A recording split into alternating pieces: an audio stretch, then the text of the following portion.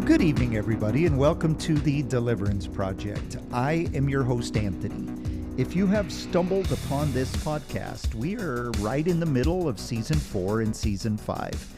And so we would hope that you would stick around and possibly go back and listen to some of the previous episodes to see what we're about. But we never leave you without content. So what we are going to be doing is giving you some bonus content, some previously behind the paywall bonus content that comes from our Patreon campaign, which is patreon.com/The Deliverance Project. And there is a free 7-day trial on there. So if this content sparks your interest, it seems like something you might be willing to pursue, please check it out there and see if you like it. For the next 2 weeks up through the 21st of May, we are going to be, like I said, taking a little break, doing some fun stuff, but we are also going to be preparing for Season 5, which we're going to put a whole lot of effort into to bring you a lot more of the content you've been asking for. And so if you'll bear with us and come back with us on the 21st, so please stick around tonight and check out this bonus content. We'll see you soon.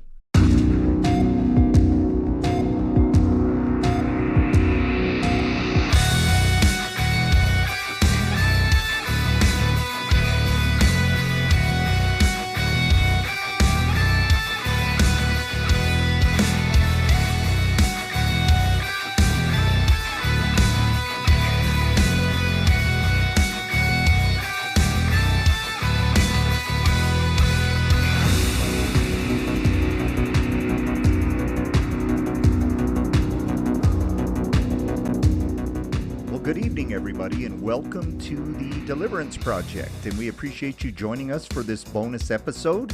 We are so glad that you're here, and we want to welcome you because tonight we have a story that I've been working on for a long time. It's one that I didn't want to rush through. I wanted to take some time on because it's one of the most well-known hauntings in American history.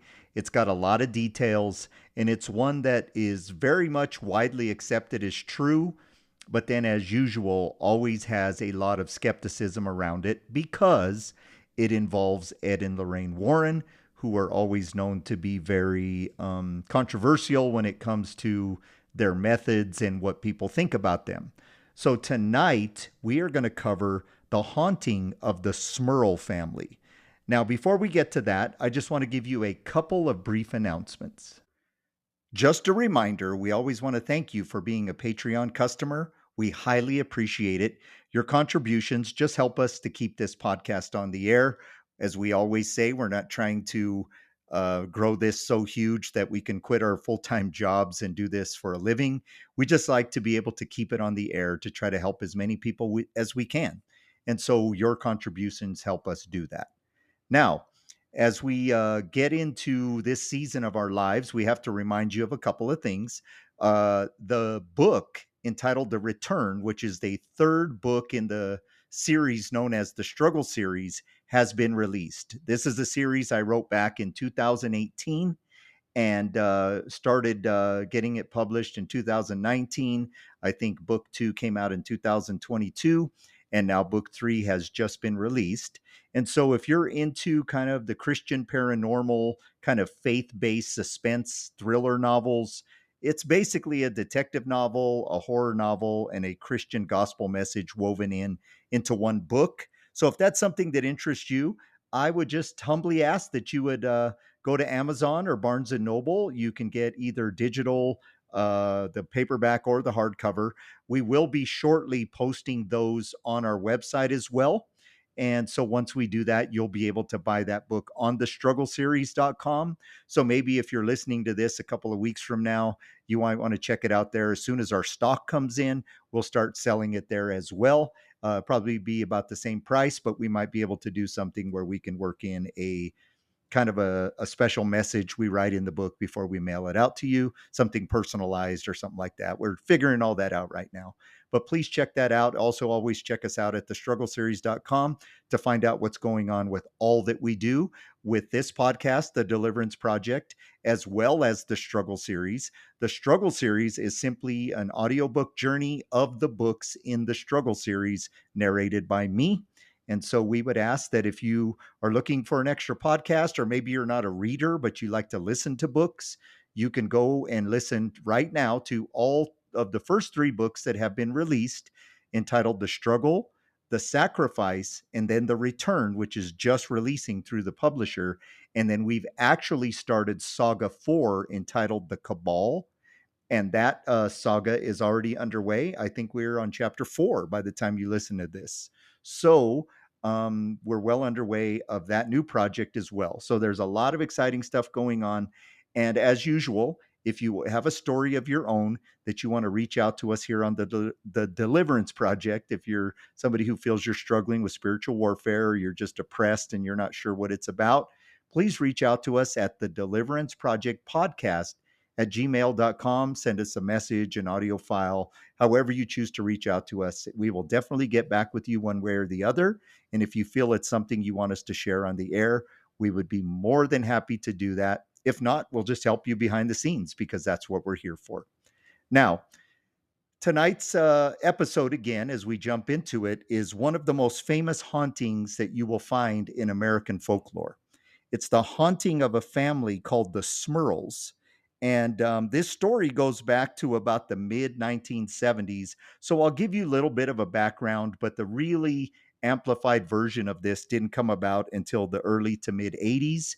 And if you did any homework at all, you would find that there is so much information on this that it would be hard to put together. So what I tried to do is find a couple of sources that I felt did a good job to help me put my thoughts together, because this is a case I've studied a lot in my studies, as one that I think could have been handled differently, of course, coming from an evangelical Christian deliverance ministry point of view versus the Catholic point of view that it was covered with back in those days. Now, as I always say, I was born and raised Catholic. I'm not picking on the Catholics, but their methods are different than ours. And I think as you hear me tell this story today, you will get a glimpse of what I'm saying, because I'll probably break into the narrative a little bit and explain what I'm talking about. Before I do that, let me just give a shout out to a couple of the places that I've sourced. I can probably give 100 because I've seen so many programs and documentaries and such on this. But I think two of the ones that I focused on this that have the story kind of put in some sort of a chronological order. I used a YouTube program called the Tape Library. They have a lot of great stuff going on. It's narrated with some AI kind of images put in. So they're fairly entertaining, but the story is told in very chronological order. So let's give a shout out to them, the Tape Library. The name of the program is The Disturbing Case of the Smurl Family. Then I also went back to the source, which is a book called The Haunted by Ed and Lorraine Warren, and it is co-authored, I think, by the guy who writes a lot of their books, called Robert Curran, and then Jack and Janet Smurl, who are involved in the case. So if you are looking for more info on this, I would probably start with the book The Haunted, and then if you want to just check it out in a more video format, I would check out the Tape Library's version of this.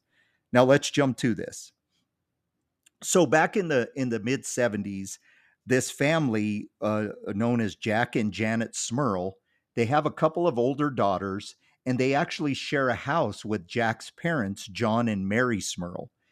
And unfortunately, there was a big flood in Pennsylvania and in Wilkes-Barre, Pennsylvania, that destroyed the house. And they were doing okay, but when a flood like this happens, a lot of complicated things occur. They tried to rebuild. The actual government came over and just took over the property because there was so much devastation. So they were forced to move somewhere.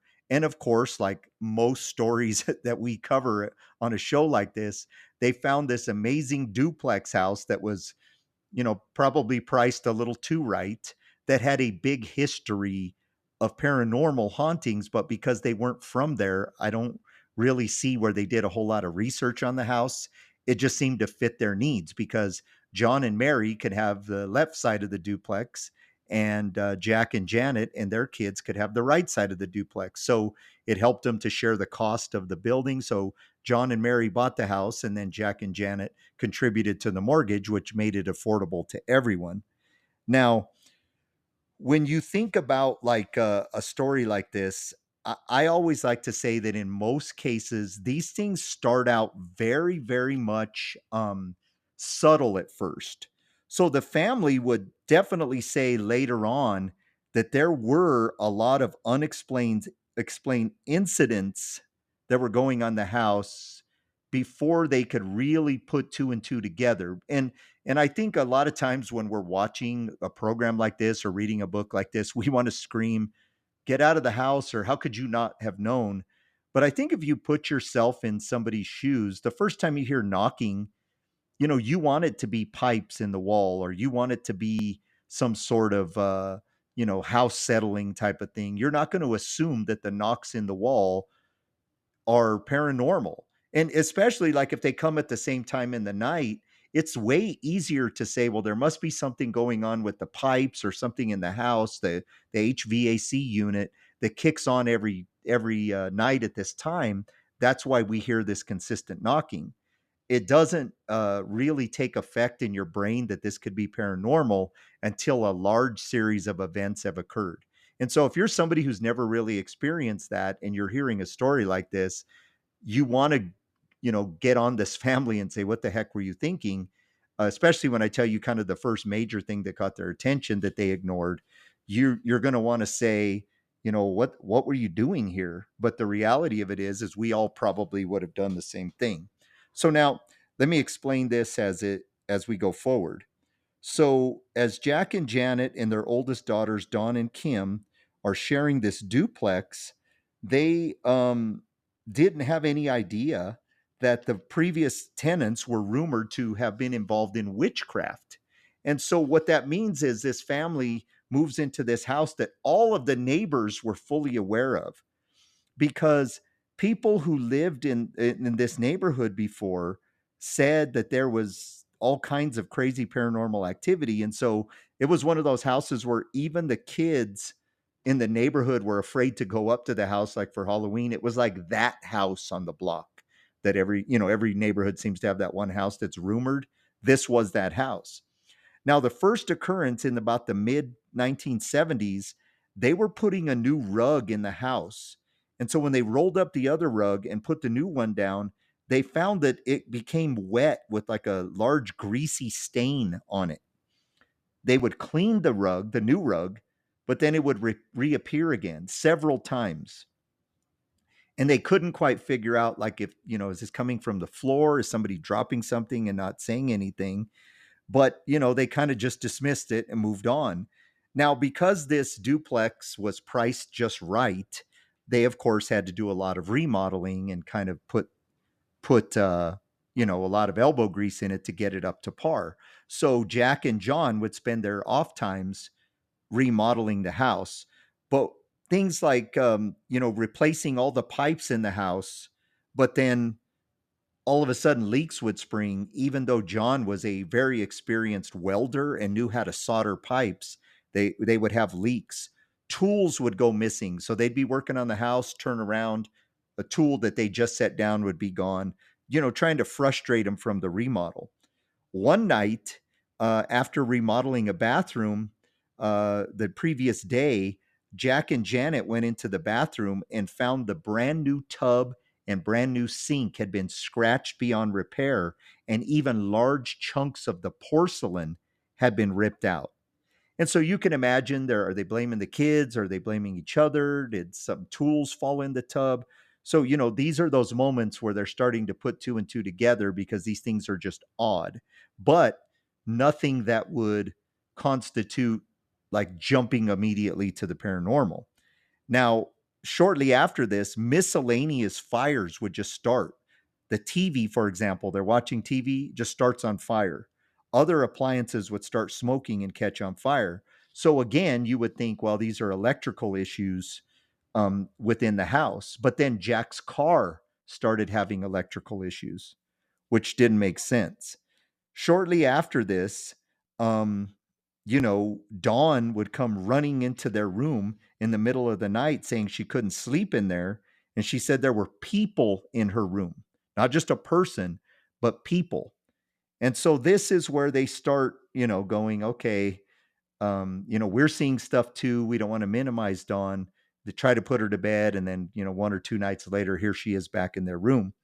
They started to notice radios would turn off and on in the house, footsteps, toilets would flush in the middle of the night, but nobody would be awake. And then, of course, there comes the banging from inside the walls. So this just kind of continued, sporadically to where they were sensing something was wrong, but not really wanting to jump to the paranormal. And, life continues. So all the way up to 1977, so years and years pass, Janet gives birth to twins. And, it almost seemed to maybe spark a different wave of paranormal activity. So, for example, one night they can hear kind of a squeaking, kind of weird sound coming from somewhere. So Jack and Janet wake up and search the house. And when they figure out it's coming from outside, so they go to the front porch and they see the rocking chairs, the rocking patio furniture is rocking back and forth. Um,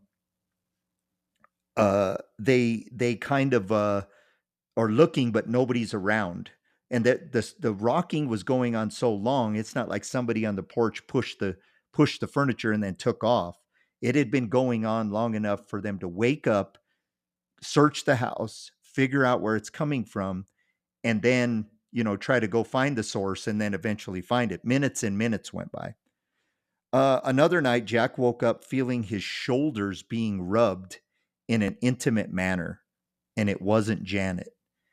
Now, if you've made it this far into the program, and maybe I should have given this disclaimer at the beginning, but there are a lot of incidents here that are sexual in nature, and I will do my best to minimize the graphicness or the graphic nature of those incidents. But if that's something that you're very sensitive to, this might be something where you want to kind of do your own research or listen to this in doses, or even make the decision that this program is not for you today.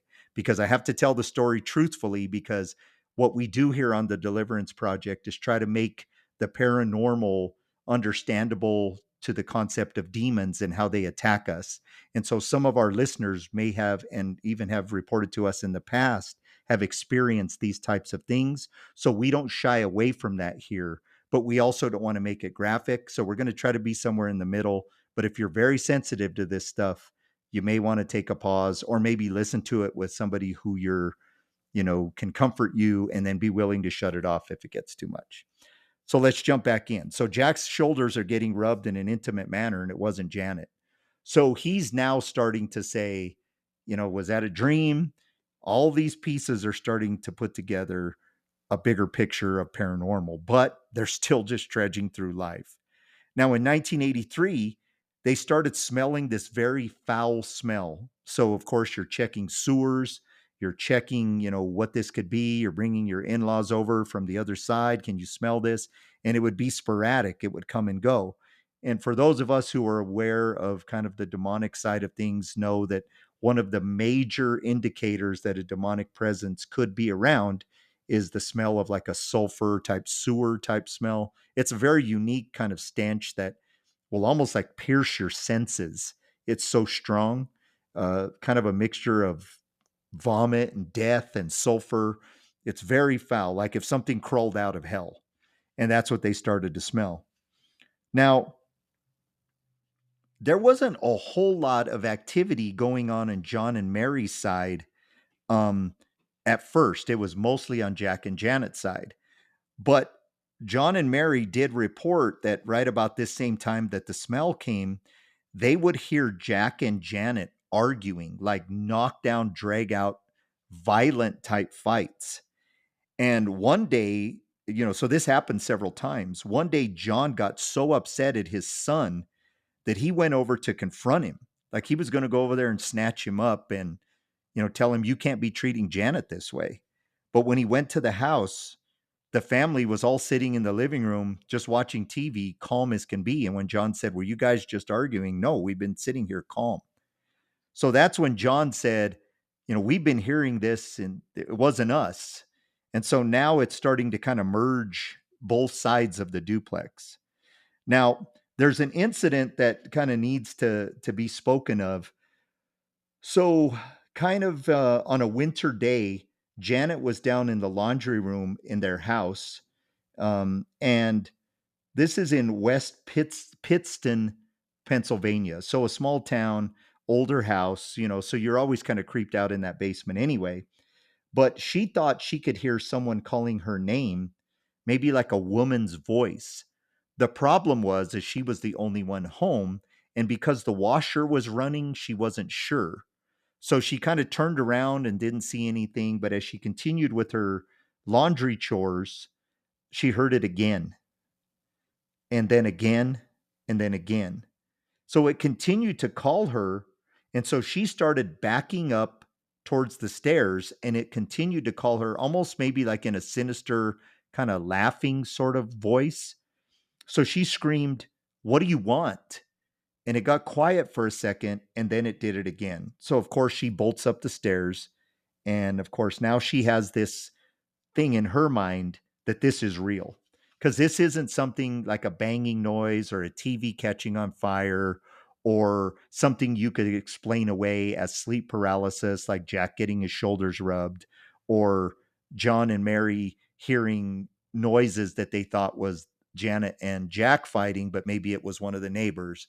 This is now a whisper type voice right feet from her in an empty house. So now she's convinced this is definitely something paranormal. But, they have to continue just kind of doing life because, this is what their situation is. They're stuck. They live in this home.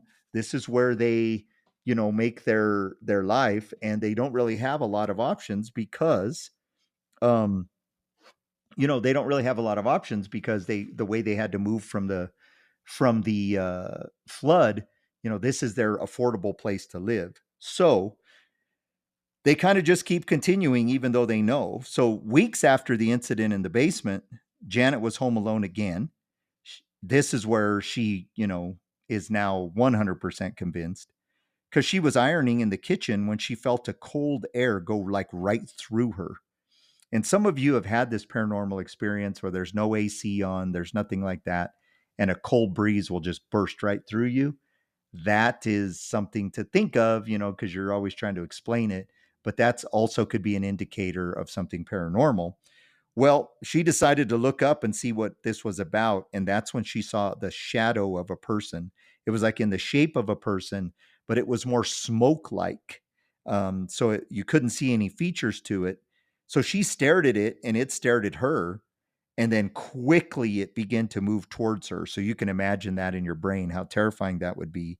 And as it was moving, she said she thought it might have a cape and the shape just passed right through her down the hall and through the wall. So Janet, of course, freaks out because now it's broad daylight. She was ironing. She wasn't sleeping. This wasn't a voice in the basement that she tried to convince herself wasn't real. This was a visual, visible apparition. So what does she do? She runs to John and Mary's place. And before she can even speak, she sees Mary on the chair just sitting there with this stunned look on her face.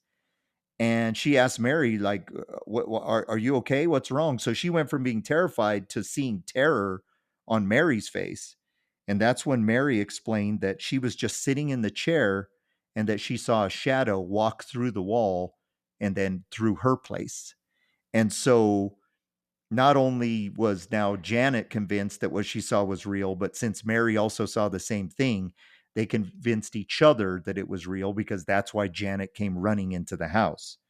So that kind of seemed to put a little pause in things for a while. So there was an activity for a little short period of time after that. Now, when you think about like what's going to happen next, I would say that if you've never experienced something like this, there is always little seasons where these things die down.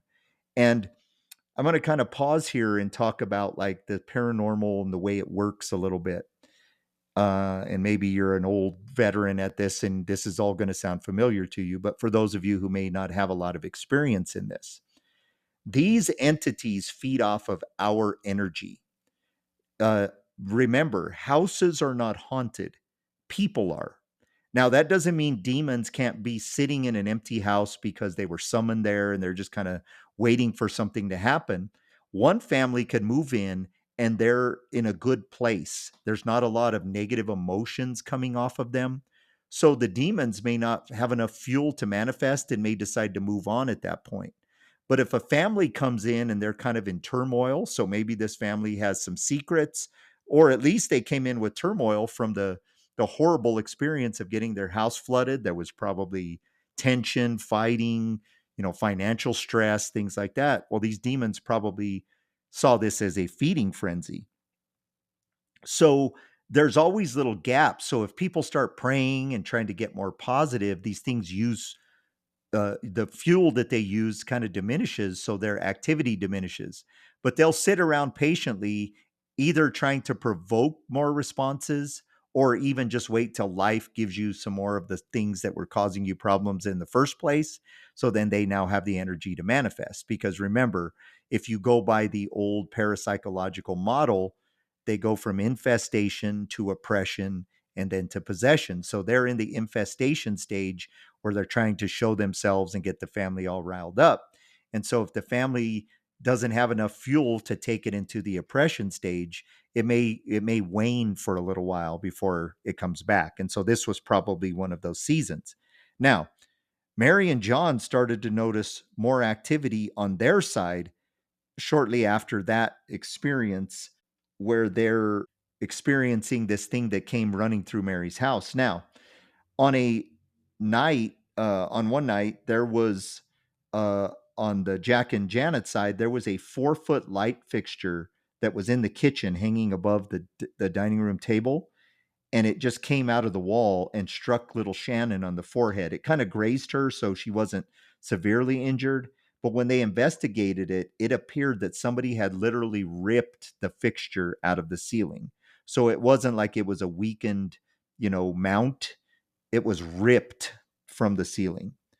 Um, so, now it's affecting the kids more than just vocally, it's become physical. One night, Jack was home alone. Took a nap. When he woke up, he was floating above his bed. And when he woke up and panicked, he was like thrown back to the bed and then to the ground. So again, the physical activity begins to intensify. Summer of 1985, Janet was pulled out of the bed after her and Jack were intimate. So it was as if something was not happy with their intimacy, and it didn't succeed pulling her all the way out of the bed. But then the entity seemed to go into the walls and was just banging all over inside the house, obviously showing that it was angry. Days later, their pet German Shepherd was in the kitchen laying on the floor and was picked up and thrown against the wall.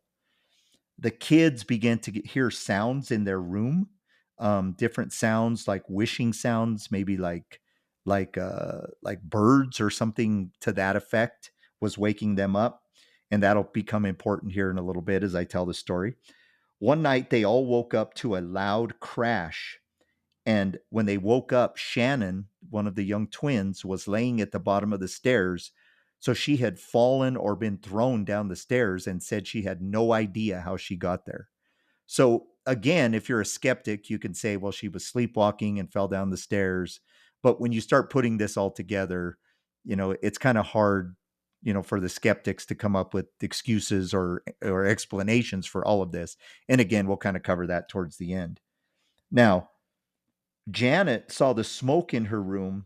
Again, like the figure started out as a smoke just bellowing into the room and then became that shadow kind of smoke person again, which of course terrified her.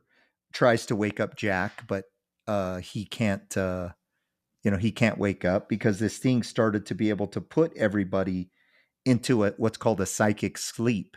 And again, I'll pause here and kind of give some information on what that is.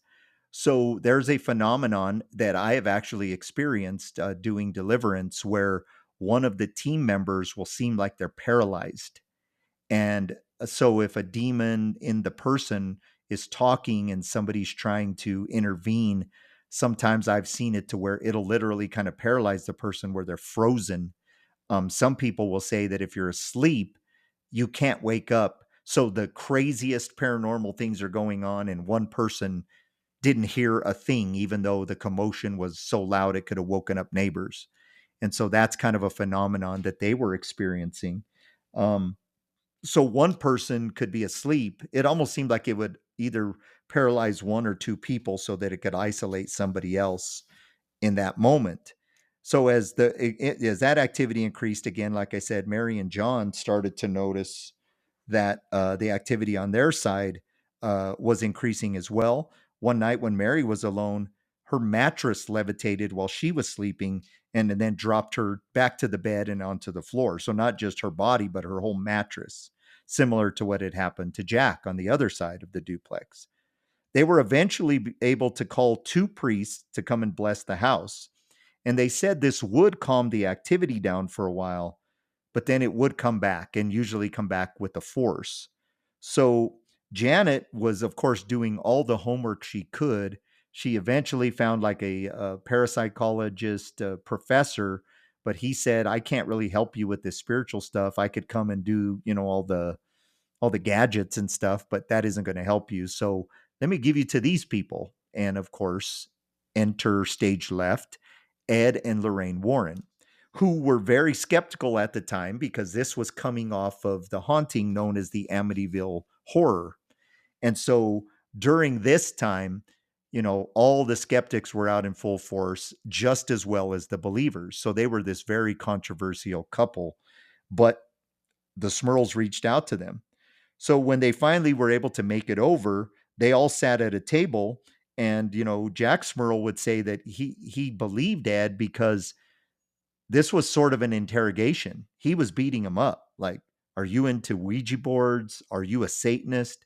Because much like we would do, in my ministry, we would always ask, you know, what welcome this in. And if you're into bringing these things in, but then this one got out of hand, we can't help you unless you're willing to renounce all this stuff and accept Jesus, because we're just going to make it worse. And so, it's always good to ask what brought this on. Um, what is possibly your part, but it kind of eventually, you know, confirmed that the Warrens were the real deal and that the Smurls were not Satanists who just lost control. So Lorraine and an assistant, while this interrogation were going on, went down into the primary bedroom. They said they felt like they were drawn there. They felt that presence in there. And then, of course, that smell seemed like it was emanating through the wardrobe in their room. And Jack and Janet had seen a figure go into that wardrobe. So this makes sense to them. So Lorraine and her assistant sensed the evil, and they laid out what they thought were four presences in the house. One was an old woman who maybe had dementia or just was really old, a young woman who appeared to be insane, a man, maybe in his mid 30s with a mustache who they said was violent. And then, of course, the fourth entity they said was a demon that actually could control the other spirits. And so this is where, Jack and Janet and John and Mary, for that matter, were able to kind of at least have an idea of what this could be. So the first night that Ed and Lorraine kind of stayed to investigate, they started seeing activity right away. One of the things they said that is crazy is an unplugged television popped on, and in the static, they said they could see beings, like figures. And so Ed and Lorraine, said this is going to take a while. We're going to have to do some investigations. So what you should do is pray a lot and go buy some holy water. And anytime you start seeing a manifestation, just start spraying holy water in that area. And so the Warrens in this time were pushing for like a church sanctioned exorcism because they had seen enough. They knew what they were dealing with. So That night, after Ed and Lorraine Warren left for the first time, Janet had a very violent experience where she felt like she was slapped in the face several times during the during the night when she was sleeping after Ed and Lorraine Warren left. So at this point, Janet decides to go down to the church, and she had bought some blessed items or some religious items and had a priest bless them. And at this point, she could tell that the church didn't want to be involved, probably because the Warrens and they didn't want all the media attention. But the priest reluctantly blessed these items. And so she put them around the house. And of course, it didn't work. She was laying in the tub one day and she felt like she was being watched. And then she heard whistling. And it sounded like the type of whistling, like a cat calling type whistling, made her very uncomfortable. Shortly after, Jack was woken up one night to the sound of two female voices. He opened his eyes and saw two women in kind of that old timey night dress type garb. And the next night, he heard the voices again, but this time he can kind of see them a little clearer. One of them appeared to be in her 40s, and the other one maybe in her mid 20s. And they both grinned at him as they whispered to each other. And that visual to me is pretty creepy and definitely one that would be terrifying. This is where a lot of the skeptics say that these are obvious manifestations of sleep paralysis and are not paranormal at all, because he would often say he couldn't move and that type of thing. And we'll kind of get to more of that in a bit. The Warrens continued to call and come by, so the investigation wasn't a one night thing, it was an ongoing thing for a long period of time. Ed eventually got another priest to bless the house, and that didn't seem to work. So Ed chose to do what's called religious provocation, where he kind of challenged the being with some religious items and kind of taunted it. And some of you who watch, ghost hunting programs, there are certain groups that like to do provocation where they provoke spirits. I think that is the dumbest idea on planet Earth, because even if you don't believe in demons but you believe in spirits, all you're going to do is rile up a spirit. If it truly is a person that has died and they're out of their body, they're a person and would have the same emotions. I don't believe that. I believe they're demons, and provoking them is going to get you nothing because you're not resolving the issue. Basically what you're doing is just trying to get them to manifest to prove they're there. So Ed definitely succeeded in that. Now, Mary kept seeing the shadow on her side of the duplex, and she said that when the figure would manifest to her, she felt like it wanted her to follow it down like into the darkness. So she'd be laying there at night, it'd be standing there, and it would kind of fade back in the darkness as it kind of called out to her. But she never followed it, thank God. Now, one night, Jack woke up to a woman crawling into the bed, and this is where we get slightly graphic. I'm going to do my best to kind of taper this, but he said he saw a woman that was crawling into the bed, and he felt paralyzed.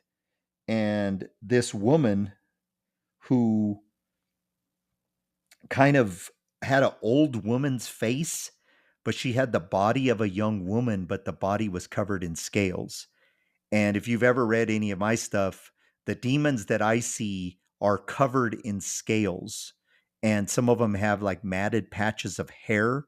So it looks like almost like a breed or like a manifestation of like some sort of an animal slash human creature, which maybe would be the chimerical creatures that were the Nephilim, that they were bred with different DNA and that type of thing. Who knows? But they have resembled that. So when I hear this part of the story about the scales, I tend to want to put this in the column of I believe the Smurls. But as this woman crawled onto the bed, she eventually crawled up and literally violated him sexually. And she retreated back into the darkness, but he knows this wasn't a sleep paralysis, because when he woke up, he was covered in a sticky kind of wet substance, and even going to the shower, he scrubbed himself so hard that he bled because he felt so violated.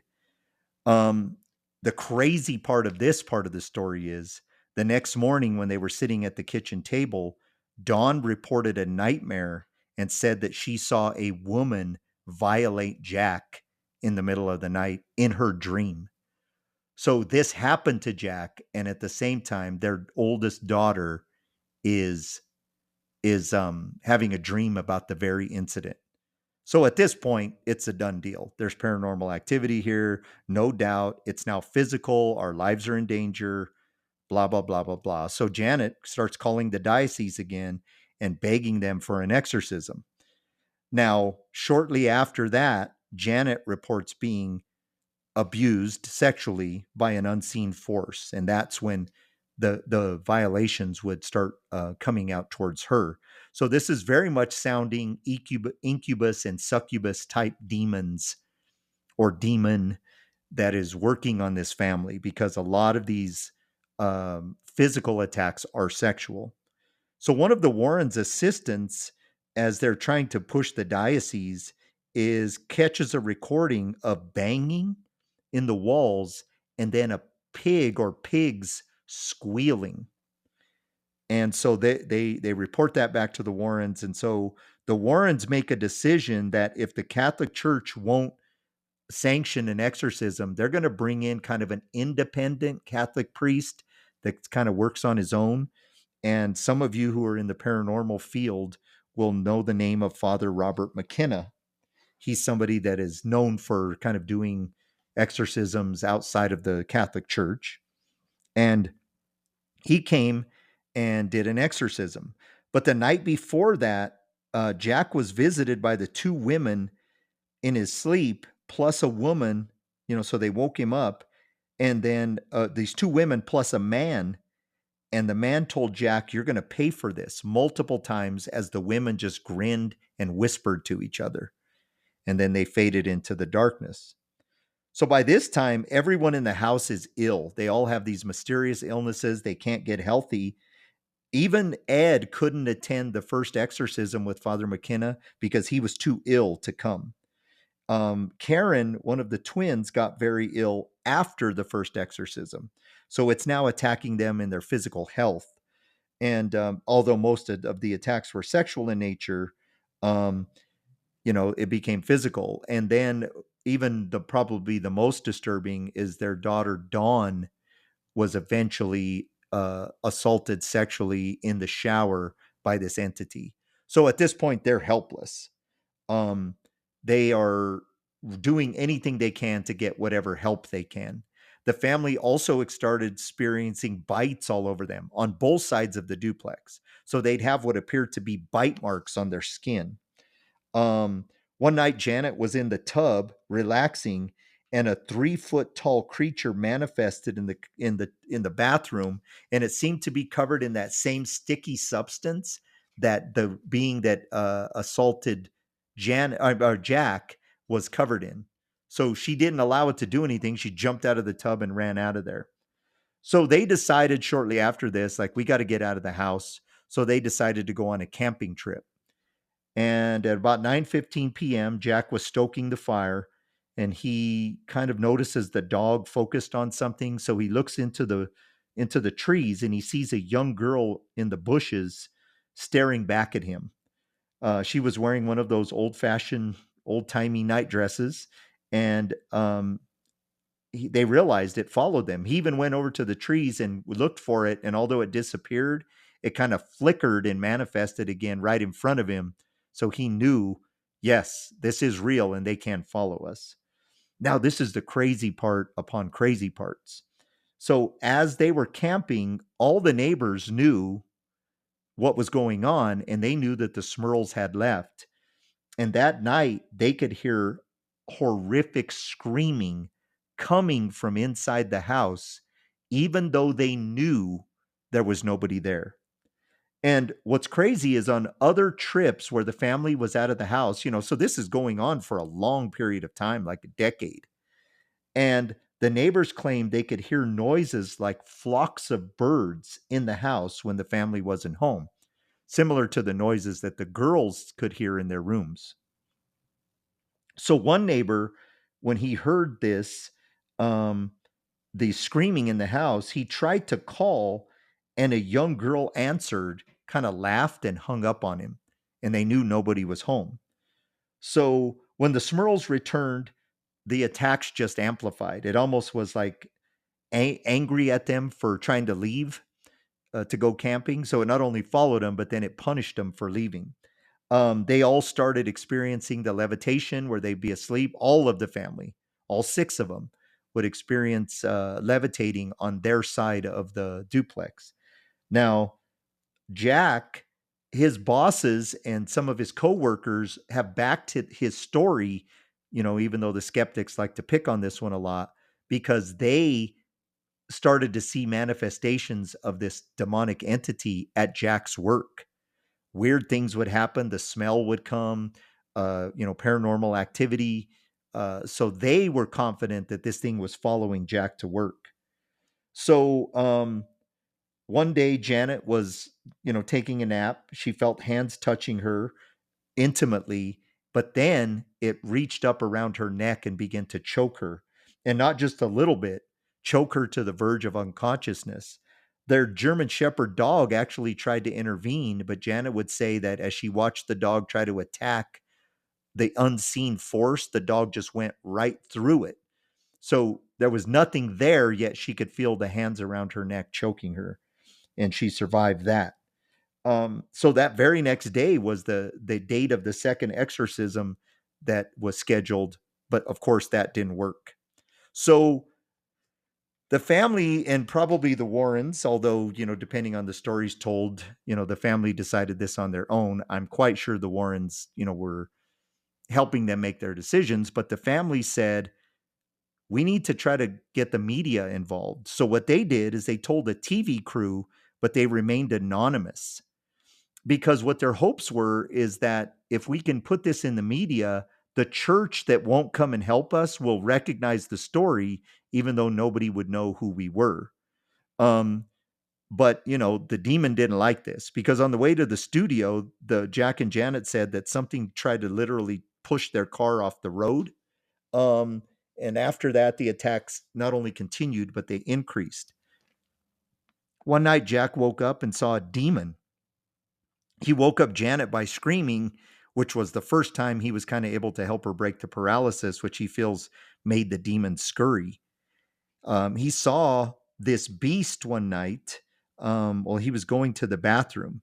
Now, this beast that he saw had the body of a man, with kind of the scales, and the head of a pig.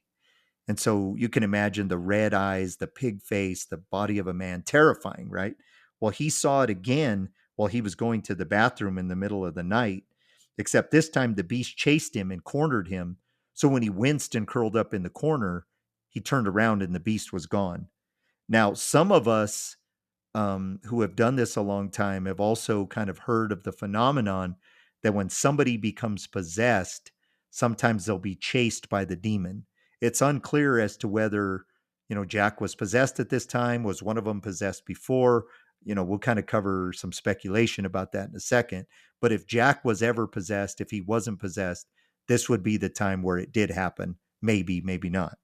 So the Warrens, are continually kind of asking them to continue to pray as they continue to work, but it just continued to get worse. Um, just creepier stuff began to happen to the younger girls. One afternoon, Shannon was in her room and then she was screaming. When they ran in, she said a man was in her room just rifling through her toy box, and that although he didn't hurt her, he was just staring at her. So, because of all this, the Warrens now admittedly said that they encouraged them to go back to the media and just create a stir. Tell them who you are so the church can't ignore it.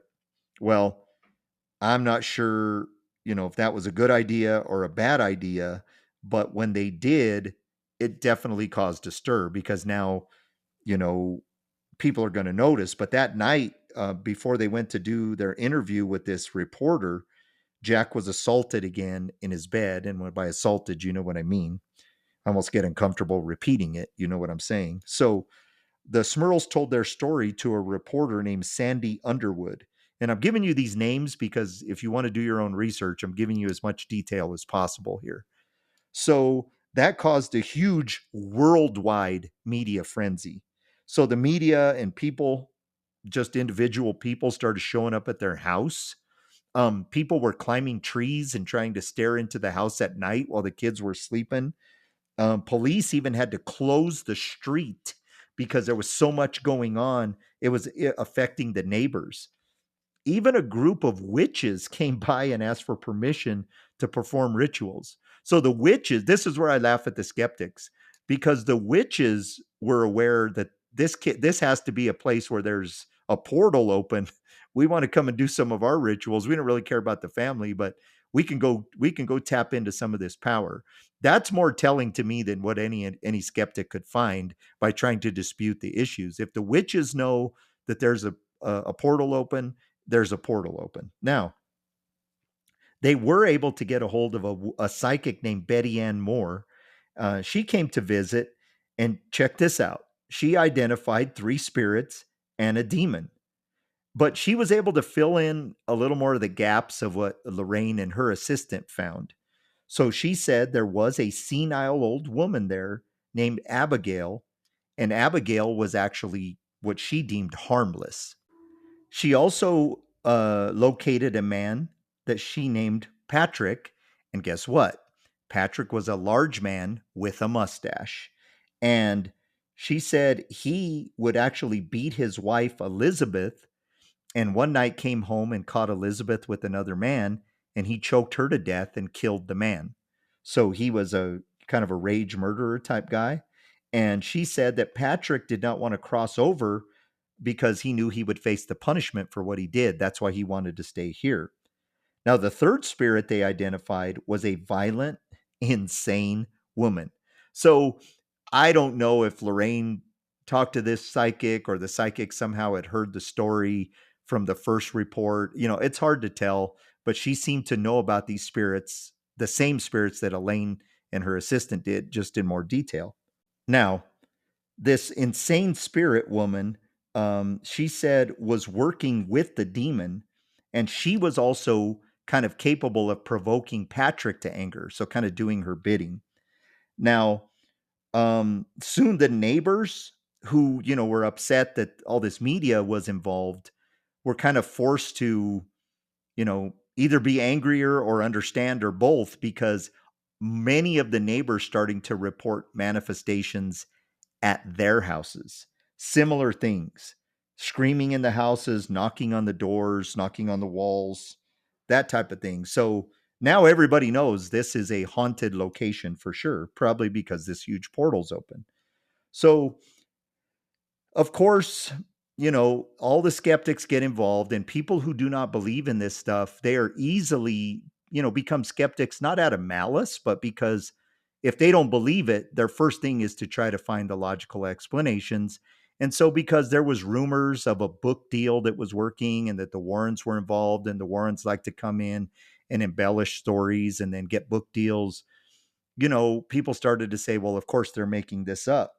And, the family denied these skeptics. Even when the skeptic team wanted to come and investigate, the Smurls said, well, you didn't want to come and investigate when we were first reaching out to people. So now we don't want you here. We just want religion. Now, of course, the skeptics say that when they showed up, Ed Warren was there telling them to push them out. I wasn't there, so I don't know. I'm just giving you all the details. So, most people would say that having the Warrens there put the ideas in their head. This is where like the skeptics piss me off, because you can understand a lot of this, but then at some point they get ridiculous. And if you're a skeptic, I'm sorry, you should listen to this, because when your skepticism goes from a possibility to ridiculous, that's where your line should be. So what they said, one of the possibilities is that John Smurl had had a brain surgery because he had water on his brain, and that because he was having this brain trauma, that he started to have hallucinations, which eventually became mass hallucinations or mass hysteria from the family, because they were just feeding off what he saw. But if you hear the storytelling, John is one of the few people that voiced a lot of the activity. Mary spoke a lot of the activity, but John really didn't. So, I mean, can you imagine this guy has brain surgery? Well, you're the cause of this whole thing. You're having these hysterical delusions, and now the family's buying into it. So that's where I get kind of a little ticked at that. But let's keep going. So the Warrens decided, we're going to move because this family is getting worse and worse and worse. So they decided to host a mass exorcism with multiple prayer groups. So the church finally got involved at this point. So they send their representatives. Father McKenna shows up again. Other teams are praying, and they think it works because for weeks and weeks, there was no activity in the home. Unfortunately, about 2 weeks before Christmas, Jack saw the black faceless being again in his room. So it all began again. It never got to the same levels, but it did eventually, kind of continue to torment the family until one day they just decided that it was time to move, and they moved. And a couple of things that kind of, again, are frustrating. Once the family was able to move, the Catholic Church in an empty home went over to bless the house. So you would go to an empty home when the Smurls aren't there and bless the house, which by the way seemed to work because future families moved in and didn't have any problems. Now, I don't know if it was the Smurls making it up. You can look at that from the skeptical side, but why the church would go in after, I have no idea. They must have thought that it was the Smurls that were the battery to this thing. One of the crazy things that I think is worth knowing is that Karen Smurl, um, as she grew up, she became a paranormal investigator. She doesn't deny any of this. And, there's been so many stories. His family's been in the media that people have thought they've found holes in their story. They backtracked here and there. But the fact that the youngest daughter still claims that these things happened and has now made this her life to be a paranormal investigator really speaks volumes to maybe the validity of this. Now, as we kind of wrap this up in terms of the story and get into why we do this on the Deliverance Project, I want to point out a couple of things. I'm not just here to tell spooky stories, although some of you find that entertaining, and hopefully that's the draw to bring you in. The reason we do this on this program is to make things that were once upon a time taboo to talk about commonplace. Because from my own personal experience, I have seen a lot of these manifestations in different cases, sometimes multiple of these manifestations in one similar case, but nothing in this thing shocks me. I have seen even kind of sexual violations done by demons, the knocking, the banging, the paranormal activity. I've seen demons walk through walls personally with my own eyes. I've seen I think I told a story recently where I went to help a family and I watched a demon walk from one side of their townhouse to the side that we were investigating. And I was able to determine that there was a Satanist who lived next door who was sending demons over to torment the family because he didn't like them. And so I was able to help that whole situation. So I've seen these things happen. Now, I'm going to say this with the utmost respect to the Smurl family, who are now, some of them are passed on. Some of them probably want anonymity and hate when these stories come out, but there's always a catalyst. And what I don't like about the Catholic general view of exorcism is that we just need to prove there's true possession. We'll do psychological testing. We'll do all of that. But once we do, we're going to send our big guns in and we're going to expel the demon. I have problem with that because I, Anthony, have never on my own cast out any demons. Me and of myself does not possess the power to fight a demon. I am a representation of Jesus in those moments. It's Jesus who casts out the demon. And again, I'm going to go back to what I said at the beginning of this. If a family is not willing to put on the table the truth about what's going on in their lives that may have brought these manifestations to this level of power, um, and they're not willing to fully give their lives over to Jesus, then what's going to happen is it's going to come back worse. And that's what the Bible says. The Bible says if you expel a spirit, it goes to waterless places, going to and fro. And when it can't find anything that appeases it, it's going to come back to the original house that it was in, meaning a person. And this house being swept and put in order, but still empty, it'll bring back seven more than itself. And the state of the person will be worse than it was at the beginning. And so you'll notice they have these little reprieves when these priests come over, but then it intensifies. It gets worse and worse and worse. Now, a lot of times when I'm talking to a family, I have to be as gentle as I can because let's be honest, you can't just walk in and go, the demon's here because one of you is keeping a secret or one of you is doing some shady things or one of you is into evil or one of you opened a door because A, nobody likes to be confronted like that. B, it's not really the gentle way that even Jesus approached things. But C, sometimes people aren't really aware of the doors they're opening. And so because we're not aware and we're simply asking questions, I come about it in the most gentle way possible. So if I were working with the Smurls, I would come in educationally. I wouldn't come in, you know, evidence looking for or evidence seeking at first. I would just interview the family first before I did any sort of even inspection in the house. And I would say, tell me what happened. When did this start? Is there anything going on in your marriage? Is there anything going on? Girls, are you into anything?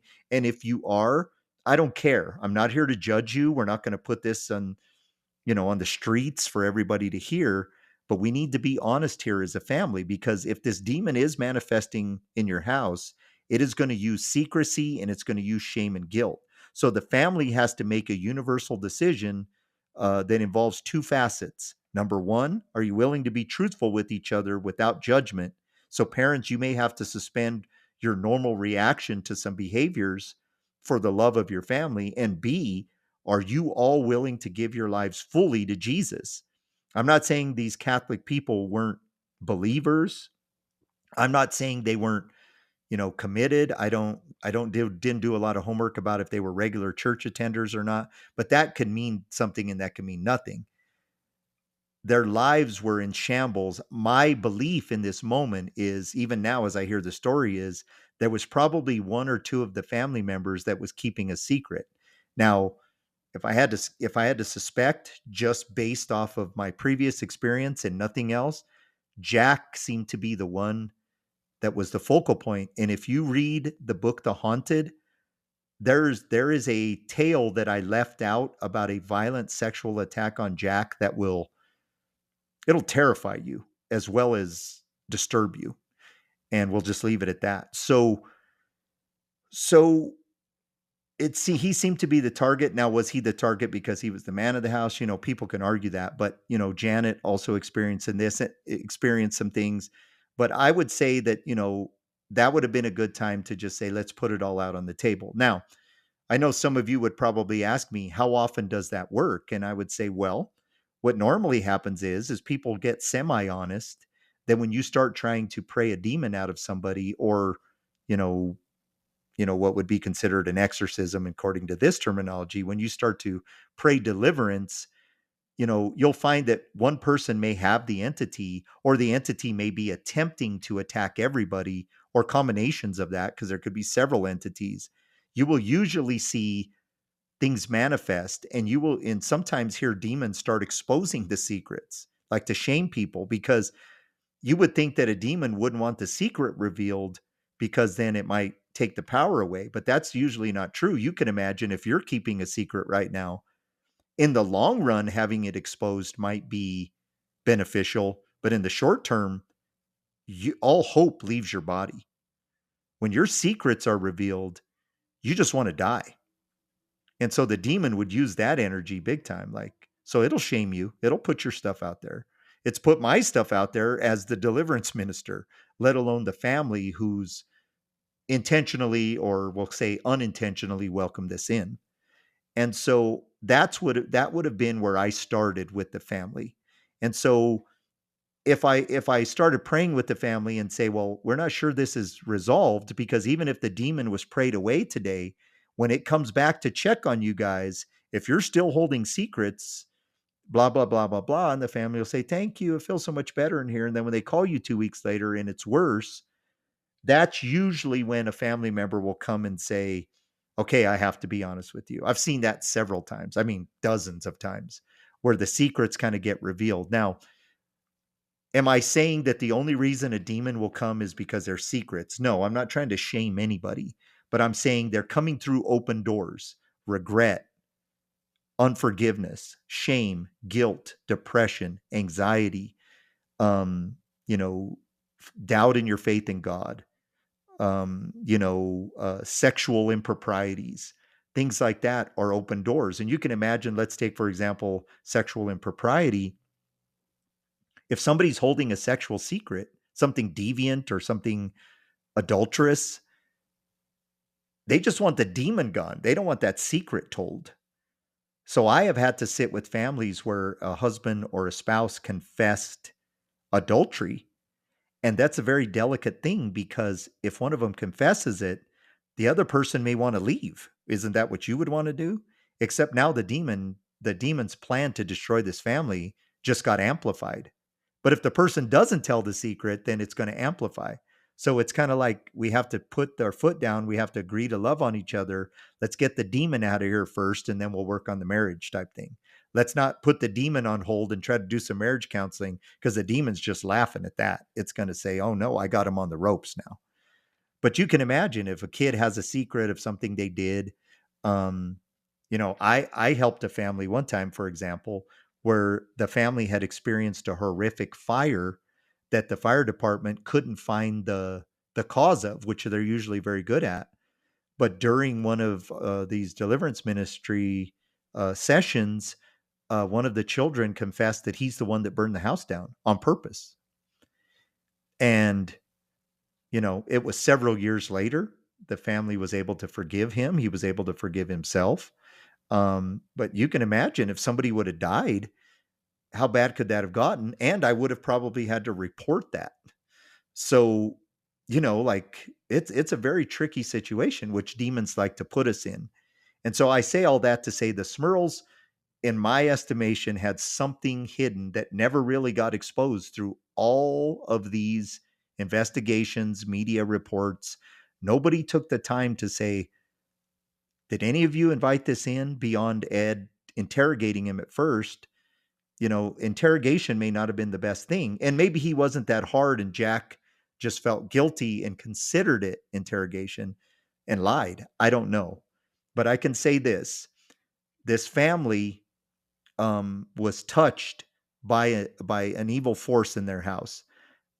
I can look at a lot of the skeptic stuff and maybe even explain away a big portion of this that couldn't be proven either way. But when I see the details of this case, I firmly believe that there was a demonic entity. If there was previous witchcraft in the home, demons could have come through a portal. And so as the demons coming in and out of the portal in that house, that maybe the priests eventually closed, but the house was a portal. And so the Smurls came in with some sort of circumstances that we're unaware of. And the demon said, oh yeah, we're just going to hang out right here. This is what we've been looking for. And so that's why this haunting occurred. I'm going to say that, I am not in opposition to Ed and Lorraine Warren. I actually give them a lot more credit than a lot of people do. I don't like everything they did. I don't like some of their methods, but I also wouldn't consider them charlatans. These people were willing to go help a lot of people that other people weren't. They never charged for anything they did with these people in any of these hauntings. Now, people would say, of course, they did sell books and become rich off of, like lecturing, syndicates and, tours and things like that. And, if this was their only job, they had to get paid. They started out drawing pictures of houses that were reported to be haunted, knocking on the door and say, I drew a picture of your house. I don't want to sell it to you, though. I'll give it to you for free if you will just let us come and investigate your house. So, a struggling artist and his wife, trying to make money, that's not the way to do it. They would have sold the picture. So there seems to be more to this than meets the eye. So with that, I'll close and say there is a pretty thorough look into the Smurl family haunting. Again, you can look at the book entitled The Haunted by Ed and Lorraine Warren, Curran, and then the Smurls are part of that authorship. And you can make up your own mind. Um, I didn't cover a lot of the things that were in the book because there are some very graphic things there. So if you do pick that up, please be cautious. And I'll say this, it is a very big hot topic for Christian ministers to be encouraging or even semi promoting people to watch or partake in paranormal programming, especially demonic, because there is a rumor or a fact, depending on who this is, that you could be welcoming spirits in by being too open to this type of thing. So I will always put out the caution that if you're not doing well or you find yourself a little too intrigued on the evil side of the paranormal spectrum, you probably should put your investigations and your programming that you watch on hold and get your life right with Jesus. My encouragement for any time you view this stuff is for educational purposes as you are trying to figure out how demons work in relation to what you're going through. So an example of that would be we get a lot of flack sometimes, people saying, why do you keep relating depression with spiritual warfare? Depression is a physical disorder. And I often laugh and say, I have more psychological training than I do religious training. And I have a lot of both. I can diagnose depression with my eyes closed without looking at the DSM 5. But just like any ailment that a human has, psychology would say there is a mental, physical, and emotional property to that. So if you're addicted to a substance, there's the mental addiction, there's the physical addiction, and then what they would call the emotional addiction. Well, I am somebody who believes emotional is too weak of a word. What they mean is there's a mental, physical, and spiritual addiction. And people say, well, what do you get that? Well, remember in the old days, they called alcohol spirits, because they believed when you drank certain alcohols, you would get a spirit attached to you. That's why you act crazier when you're drunk. Now, people have changed their mind and said, well, that's just a physical attribute of the alcohol or the drug. But I would challenge you and say, no, people change pretty drastically when they're intoxicated on certain substances. That's the spiritual side of this. So if there's a mental, physical, and spiritual side of this, you can see that with depression. Yes, there may be a clinical depression, a biological depression that is in the brain that is treated with medication. There could be a psychological factor that can be treated with therapy. But the spiritual side of this is where the depression is pushing you towards death. Remember, depression is just anger turned towards the self. How do I know that? Because the ultimate result of that anger turned towards the self will result in a murder of yourself called suicide. So it is pushing you spiritually to end your life. That's a spiritual factor that's beyond the psychological and the medical or the mental. And so I want you to consider that. We push people who have depression to get therapy and to possibly explore with their doctor medications. But you also need to get your spirit life in order, because I can tell you this from both sides of the fence as a clinical therapist as well as a minister. I have only seen real results of people, and I'm just using depression again as an example. I've really only seen true results from people who handle all three, not just one. And I could say that for many or the other disorders. Take schizophrenia, for example. You're hallucinating, you're seeing things. Christians would say that's just demons harassing you. Psychology would say that's a biological mental health disorder. Well, why not get help with everything, with the mental, the physical, and the spiritual? Why not? What could it hurt? And when I've seen people do that, seen people turn their lives over to Jesus, get some treatment, maybe get on some medications, and now they're happy. But if you leave one of those out, especially the spiritual, you find yourself stuck. So hopefully that helps to, to illuminate why we do this. And of course, we're hopefully reaching out to one or two of you that are experienced these types of things, have stumbled on this content because you did some search about Christians talking about demons, or, a paranormal podcast about demons, and somehow you found us. We're hoping that you can turn to us because we are a safe haven here. We don't judge. I may ask you questions. Melissa may ask you questions, but we're not here to judge. I don't care what you did. I just want to help you find the loving grace of Jesus Christ, because that's where your healing lies. So I want to thank you again for joining us on the Deliverance Project bonus episodes here on Patreon. We greatly appreciate you.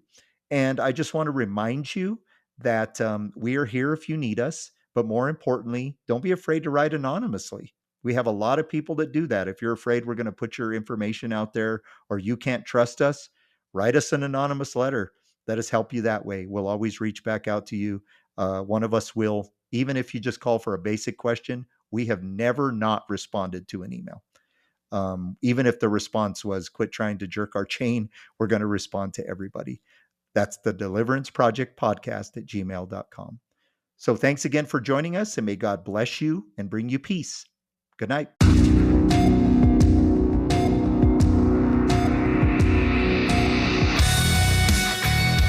Thank you for listening to the Deliverance Project. Make sure to subscribe, tell your friends, and we will see you next time.